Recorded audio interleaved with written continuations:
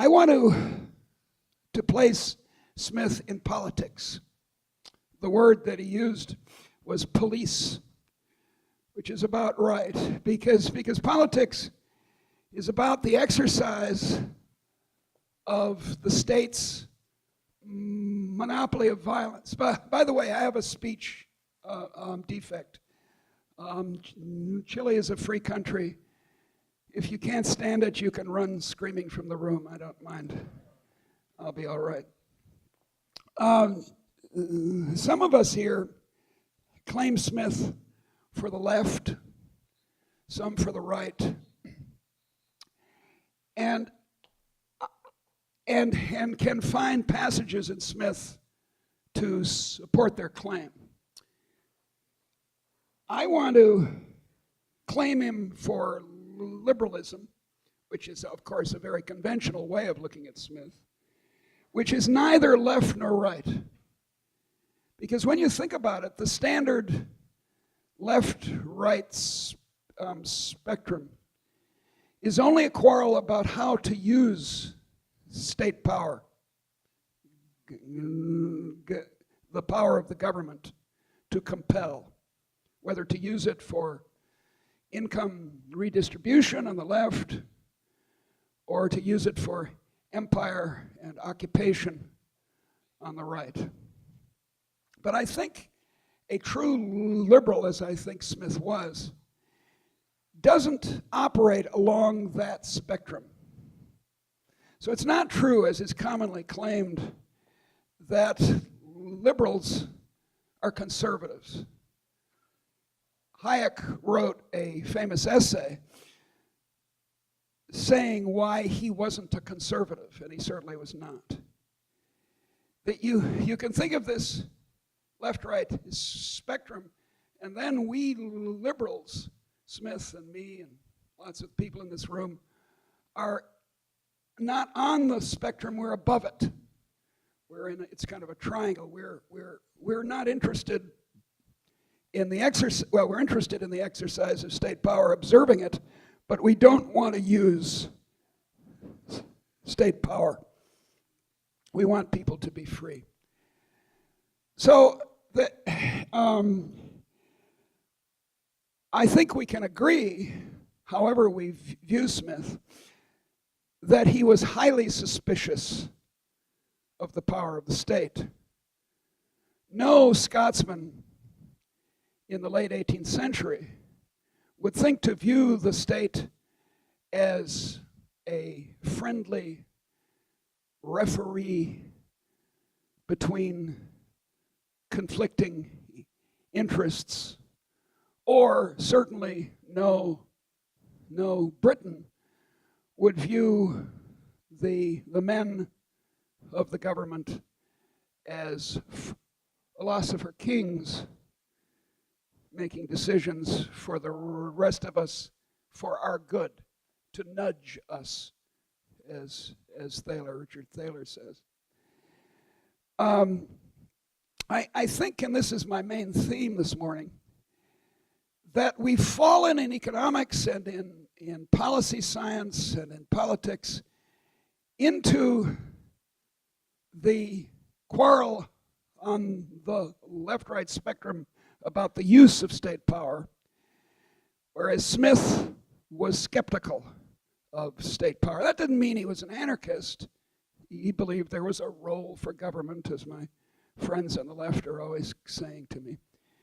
But he wanted it to be restrained, and he had a lively sense, as we all know, of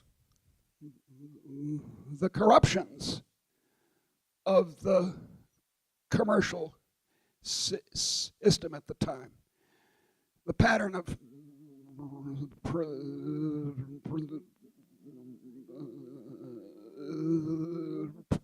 protectionism and restraint of trade that liberals were rebelling against in the 18th and 19th century. I think it's fair to say that we've recreated the feudal system of regulation that liberals were complaining about in the 18th century. By now, in the United States, my own country, there are 1,000 occupations that require a license. Hair braiding requires study and a state certification. This is loco. This is insane. But it's very 18th century. Above all, Smith allowed, in the English sense, people to have a go.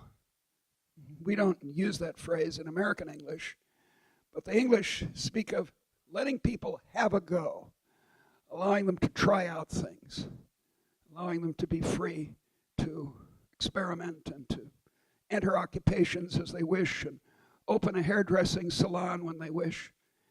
And this was Adam Smith's theme. He was, as many people in this room have pointed out, contrary to the view that he was a conservative, he was an egalitarian, deeply egalitarian, I think, but not egalitarian in what you might call the French sense of Rousseau and the French Revolution. Pardon me, I have a terrible cold. But in what you might call the Scottish sense, the Scottish Enlightenment, not equality achieved through redistribution after the production, but equal right to have a go in producing.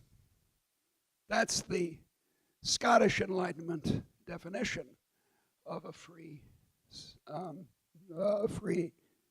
society. Adam Smith is famously, fiercely denounced the laws of settlement in England that prevented working people from moving where they wanted to work. He declared in 1776 his approval of the liberal, this is his phrase, the liberal plan of equality, liberty, and justice. Now, I interpret this phrase, and my learned colleagues here might object in some detail, and we can debate that. I interpret this to mean social equality, this egalitarian theme of Smith, and economic liberty and equality before the law. So equality, liberty, and justice. What's this? Oh, that's not mine. I'll end up giving Leon's speech if I get disorganized. He famously said, as early as 1755, that little else is requisite to carry a state, by which he means just a place, to the highest degree of opulence, from the lowest barbarism, but peace, easy taxes, and a tolerable administration of justice. Now, his idea of the highest degree of opulence was Hollandia. And he had no way of knowing what his liberal plan would bring in the 19th and 20th century. What it in fact brought was what I call the great enrichment, namely an increase in income per head in Chile, in Finland, in Japan, France, the United States. Now hear this, hear the number, 3,000%.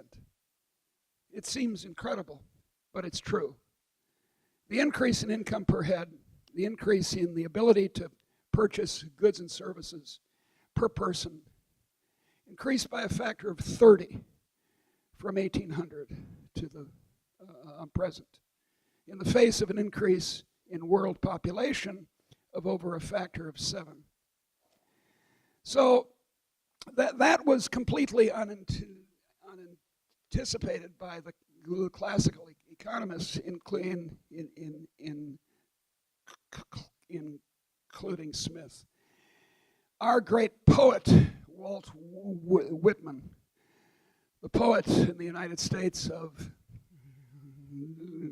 democracy, said, referring to the common person, "I contain multitudes. I contain multitudes."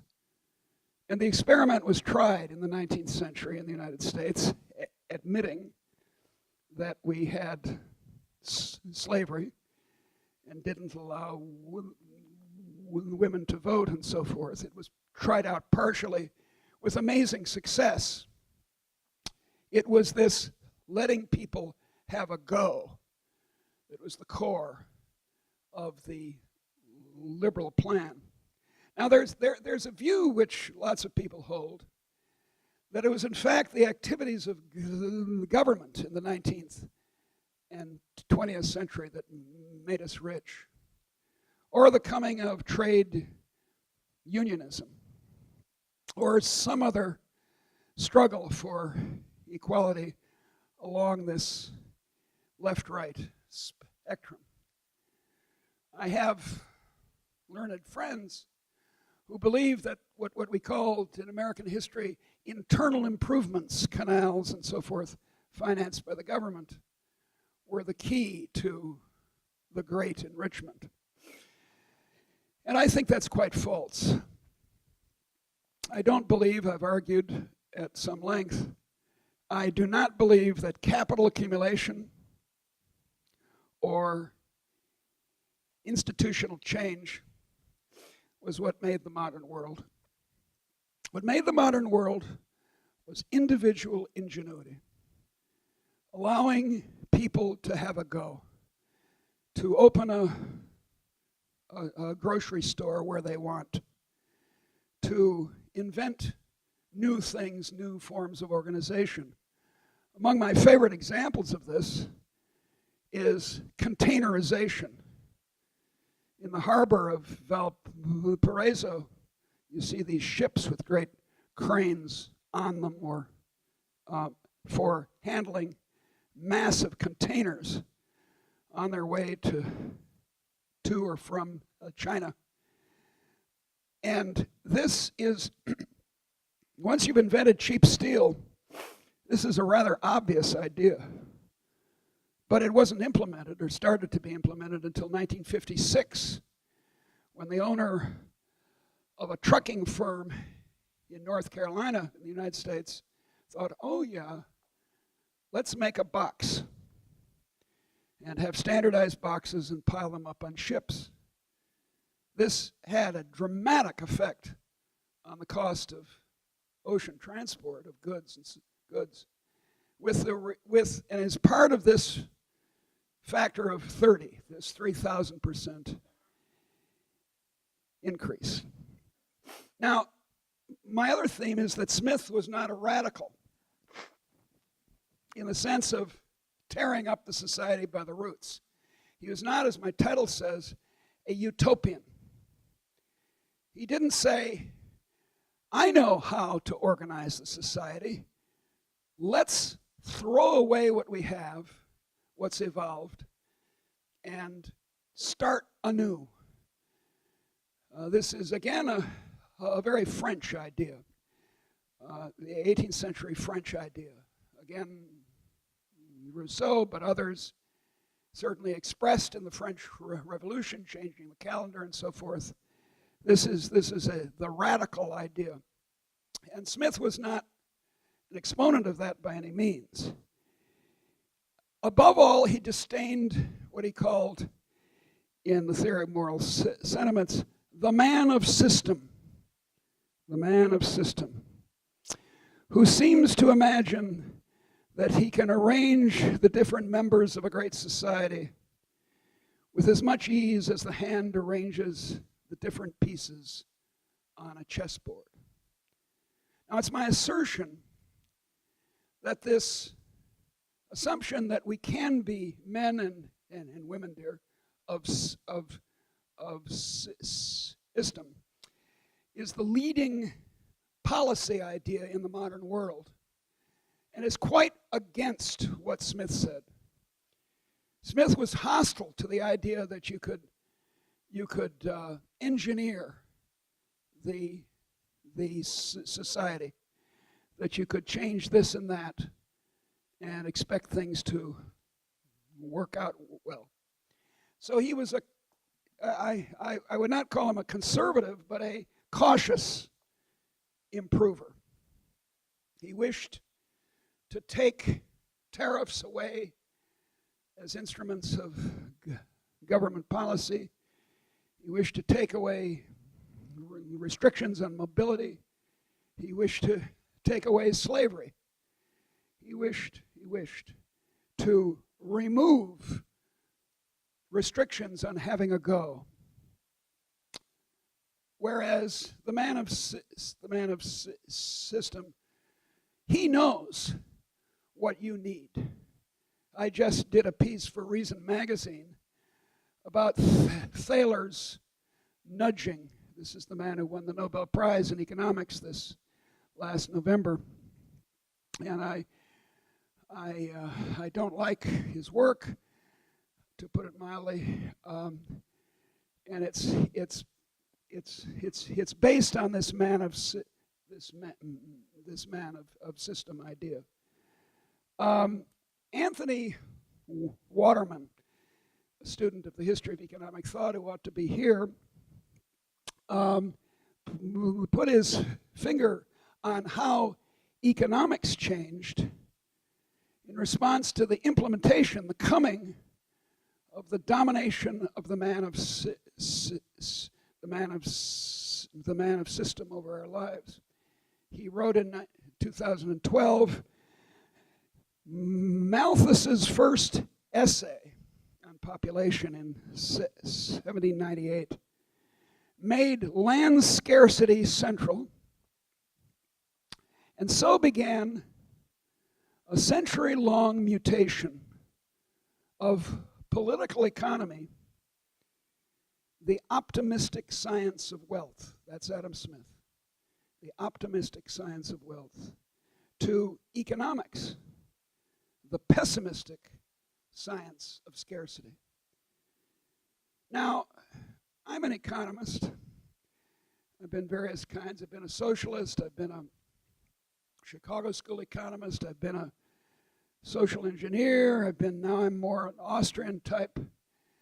And what we teach in economics, in price theory or microeconomics, is this pessimistic science of scarcity. And for the short run, the pessimistic science of scarcity is perfectly sensible. We need to convince our Argentinian friends that there's no free lunch to be gotten by taxing you to subsidize me and then taxing me to subsidize you, which is the Argentinian theory of economic policy. It hasn't worked since Juan Perón, and it's not, for the short run, it's a very poor idea, and for the long run, indeed, too. But the modern world, as Israel Kirzner had said, and I say at somewhat greater length, is a free lunch. In the long run, economic growth is not about exact allocation. It's not about marginal equalities. It's not about what we talk to the students about in microeconomics. It's about the releasing of the creative spirits of humans. The creative spirits that had been crushed by the exercise of state power for thousands of years. That liberalism, that allowing people to have a go is what made us rich, what made us creative. Under the old hierarchies, you were born as a milkmaid or a plowman, and you died as a milkmaid or a plowman. And there was no incentive, we say, in this microeconomic way, but there was no spirit of enterprise. There was no allowing you to try out new things, to invent containerization or the modern university, which is an astonishing invention. It was invented in 1810 at the University of Berlin. The combination of research and teaching that's characteristic of a modern university is an organizational idea, having a go, a new way of organizing things that couldn't have happened a century before 1810. So, liberalism is the key to the modern world. Now, how did economics change? It became, as Anthony says, this pessimistic science of scarcity. And what happened is surrounds the ill-chosen rhetorical phrase, perfect competition. As soon as we start talking about perfect competition in the late 19th century, we developed the conviction in economics, the obvious conviction, that there's no perfect thing in this vale of tears. You know, hey, we're not in Eden. We're in the real world, and things are imperfect. And economists begin around 1848, having by then come to understand what market societies are good at. They start to invent, one after another, imperfection in the economy. Monopoly comes to prominence in economics in the 1890s. Externalities comes to prominence in the 1920s. And so it goes. An alleged tendency to mass unemployment, 1930s. Informational asymmetry from the 1970s on. And on and on. I have a paper that I just wrote a couple of years ago, which you can see on my website, which counts the imperfections that lately have regularly resulted in Nobel Prizes of finding fault and alleged danger and fault in the market economy. And I counted them up, and I've just begun thinking about this, and they come out to over 100 imperfections. The usual way of teaching microeconomics is to spend a week or so on supply and demand curves, and then spend the rest of the course telling the kids that it doesn't work, that monopoly and imperfect monopolistic competition, like my teacher Edward Chamberlain said, or this must be distracting here, I'll put it forward, or as I said, informational asymmetries, or the great thing in behavioral economics, which non-economists find so attractive, that we're all irrational. Who in this world, who in this hall thinks she's perfectly rational? I know that I don't. In fact, the psychologists have had a similar enterprise as the finding of imperfections in economics. They talk about cognitive biases. And they've accumulated over 80 cognitive biases. We're so stupid, say the psychologists, that it's a miracle that we can cross the street without getting killed. And that's the psychologists. And then the economists say the market society is so imperfect that it's incredible that they can do without the advice of the man of system for 10 minutes.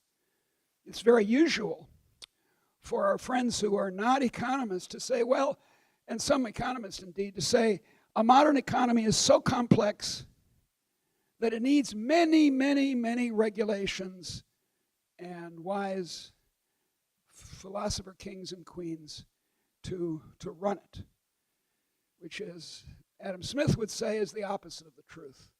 And certainly Hayek said that. So there you are. The growth of, and indeed this man, Thaler, the Nobel Prize winner, I'm on to him, I told you, because I've just finished a little article about him. He combines the two.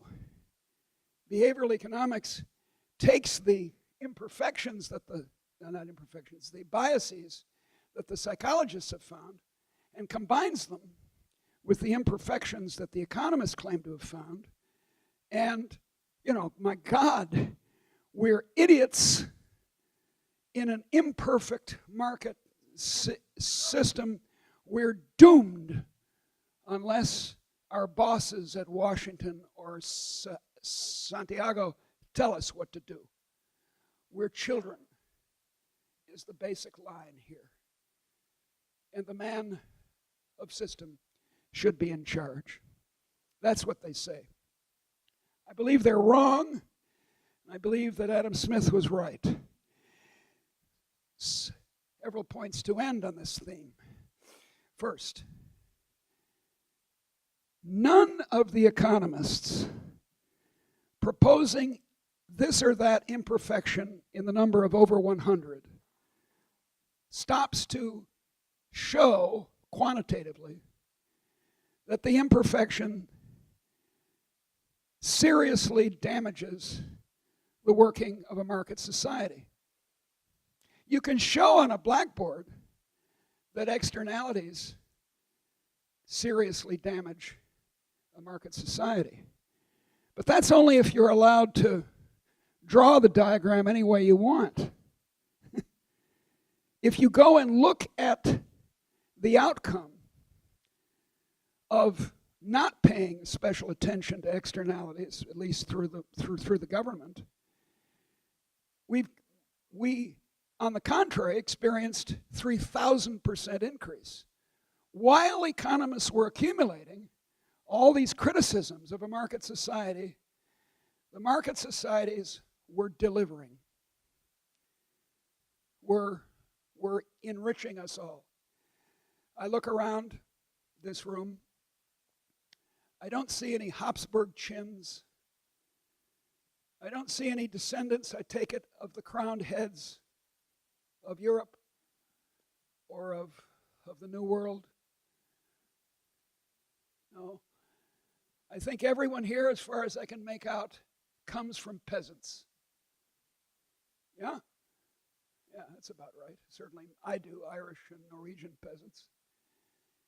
And yet here we are, discoursing learnedly about the sainted Adam Smith. This is an amazing change. And it's shocking from a scientific point of view that no one has done this.